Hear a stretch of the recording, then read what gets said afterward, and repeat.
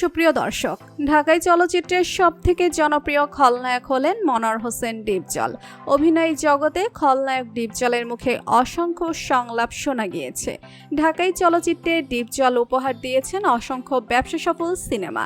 কিন্তু আপনারা কি জানেন বর্তমানে মনোয়ার হোসেন ডিপজল কত কোটি টাকার মালিক? দেখলে অবাক হয়ে যাবেন আপনিও।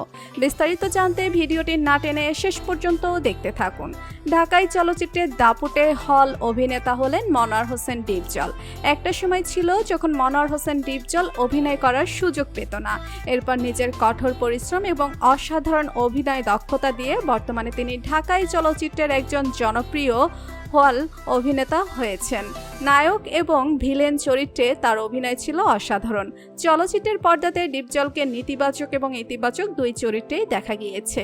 মনোয়ার হোসেন ডিপজল একাধারে অভিনেতা, প্রযোজক, লেখক, রাজনীতিবিদ এবং একজন সফল ব্যবসায়ী।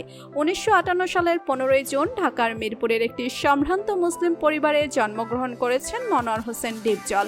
তিনি 1986 সালে চলচ্চিত্র পরিচালক মুমতাজুর রহমান আকবরের হাত ধরে টাকার পাহাড় চলচ্চিত্র অভিনয়ের মাধ্যমে চলচ্চিত্র জগতে আসেন।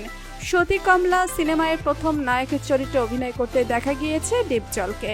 টাকার পাহাড়, হাবিলদার ডাকাত সহ বেশ কিছু সিনেমাতে নায়কের চরিত্রে অভিনয় করতে দেখা গিয়েছে ডিপজলকে।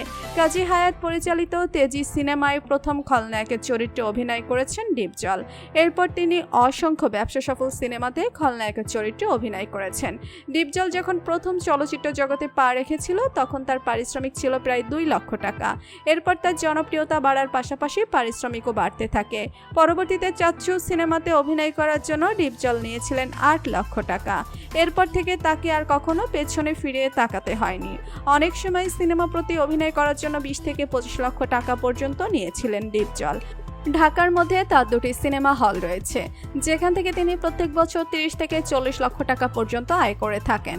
তো বন্ধুরা, ঢাকাই চলচ্চিত্রের সবথেকে জনপ্রিয় খলনায়ক মনোয়ার হোসেন ডিপজলকে আপনার কেমন লাগে জানিয়ে দিন কমেন্ট করে। আর ভিডিওটি ভালো লেগে থাকলে একটি লাইক দিয়ে চ্যানেলটি সাবস্ক্রাইব করুন। ধন্যবাদ।